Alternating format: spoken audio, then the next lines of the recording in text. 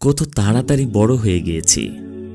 এই তো কয়েকদিন আগেই হাফ প্যান্ট পরা 10 বছরের কোঁকড়া চুলের এক বালক তার স্কুল মাঠের কড়ই গাছের নিচে বসে নদীর দিকে উদাস হয়ে তাকিয়ে থাকত। পায়ের কাছে আছড়ে পড়ত দল বেঁধে অনেক দূর থেকে পাড়ি দেওয়া ঢেউ। মাঝে মাঝে সে ঢেউ গোনার ব্যর্থ চেষ্টা করত, কিন্তু খেয়ে হারিয়ে ফেলত একটু পরেই। আবার উদাস হয়ে তাকিয়ে থাকত নদীর দিকে, কখনো বা আকাশের দিকে। দুপুরের বৃষ্টি ভেজা রোদে মাঝে মাঝে একটা সোনালি ডানার চিল উড়ে বেড়াত, করুণ সুরে ডেকে উঠত হঠাৎ হঠাৎ। বালক আরও উদাস হয়ে যেত। কখনো কখনো বালক স্কুল থেকে ঘরে ফেরার সময় অবাক হয়ে দেখত আকাশ কালো করে বৃষ্টি আসছে। বালকের ছাতা ছিল না, কাজেই সেই ঝুম বৃষ্টির কবল থেকে বই খাতা বাঁচাতে এক হাতে স্যান্ডেল আর এক হাতে বই নিয়ে ভোঁ দৌড় দিত। মাঝে মাঝে রাস্তার কাদায় পিছলে পড়ে যেত, কাদামাখা ভূত হয়ে ফিরত বাসায়। মা ব্যর্থ চেষ্টা করত আঁচল দিয়ে মাথা মুছে দেয়ার। মায়ের হাত থেকে নিজেকে মুক্ত করে বালক দৌড়ে লাফিয়ে পড়ত পুকুরে। পুকুরে স্বচ্ছ পানিতে বৃষ্টির ফোঁটা অদ্ভুত শব্দ করত। বালক অবাক হয়ে শুনত সেই শব্দ। দীর্ঘ সময় পুকুরে দাপাদাপি করার পর চোখ লাল করে সে ফিরত। মা আঁচল দিয়ে মাথা মুছে দিত।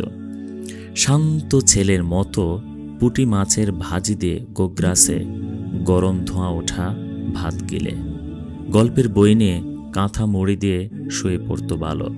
টিনের চালে তখন এক টানা বৃষ্টি পড়ত। বাইরে সজনে গাছটা উড়ে চলে যেতে চাইত হাওয়ার সাথে। কলা গাছের পাতায় চলত বাতাসের দাপাদাপি। বালক গল্পের বইয়ে ডুবে যেত। দুষ্ট বাবার কবল থেকে নৌকা নিয়ে পালাচ্ছে হাকল বেরিফিন। সে কি নিরাপদে পালাতে পারবে, না ওর বাবা ওকে ধরে ফেলবে? টান টান উত্তেজনা। একসময় ঘুমিয়ে পড়ত বালক। ঘুমের ঘোরেই ভয় পেত বিদ্যুৎ চমকানোর শব্দে। মা মাঝে মধ্যে পাশে এসে শুয়ে থাকত। ঘুমের ঘোরে সে জড়িয়ে ধরত তার মায়ের গলা। এই পৃথিবীতে তার সব চেয়ে আপন মানুষটিকে।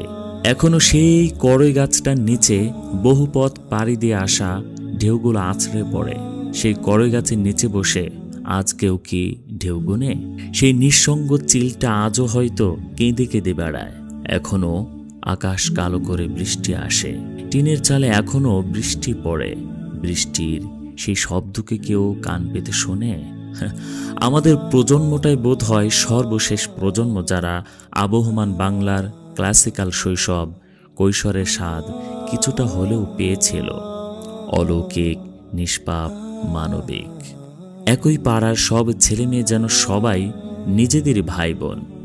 হই হুল্লোড়, পুকুরে দাপাদাপি, চৈত্রর দুপুরে পায়ে পায়ে ঘোরা, আম চুরি, আচার চুরি, আখ চুরি, গোল্লা ছুট, রূপকথার আসর। এক অদ্ভুত সরলতায় জড়িয়েছিল আমাদের শৈশব।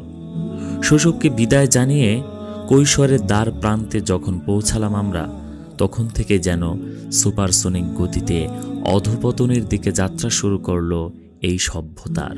আসলে অধঃপতন শুরু হয়েছিল অনেক আগে। আমরা তখন টের পেলাম অদ্ভুত এক আধারে ছেয়ে গেল এই বুড়ো পৃথিবী। ডিশ অ্যান্টেনা আকাশ থেকে নামিয়ে আনলো অভিশাপ। ড্রয়িং রুমে বাড়তে থাকলো বোকা বাক্সের বোকামে। হাই স্পিড ইন্টারনেট, স্মার্টফোন, প্রযুক্তির বিষাক্ত প্রলোভনে ঠেলে দেওয়া হলো আমাদের কোনো নির্দেশনা ছাড়াই। অক্টোপাসের মতো শক্তিশালী সুর দিয়ে আষ্টে পৃষ্ঠে জড়িয়ে ধরল এই নব্যতানো। আমরা হারাতে থাকলাম শৈশব কৈশোরের মৌলিক উপাদান।